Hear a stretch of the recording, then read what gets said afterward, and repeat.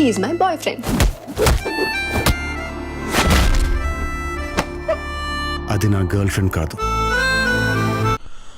السلام عليكم ورحمة الله وبركاته. kusoo dhawaada youtube-keyga channelkayga kuna soo darsada youtube-keyga subscribe ka taabta beelkana taabta sida igu soo dhawo waxyaalaha aan soo gelin doono mar walba sidaad ugu daawatiin waxyaalaha aan soo geliyo.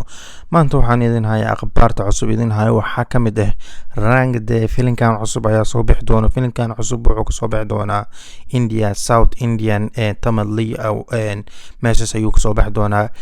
filimkan cusub wuxuu soo bixi doonaa March 26 bisha kale ayuu soo bixi doonaa March 26. filimkan waa filim jaceyl aan caadi ahayn, jaceyl ayuu ka mid yahay. filimkan mar dhow ayuu soo bixi doonaa. waxaan idin hayaa aktaryaasha caanka ee jilayaasha caanka ee ku jiraan filimkan soo bixi doono ayaa idin hayaa jilayaasha caanka ee sawiradooda. bal ila daabta idinkane sawiradooda jilayaasha caanka ee ku jiraan filimkan. daawasho waan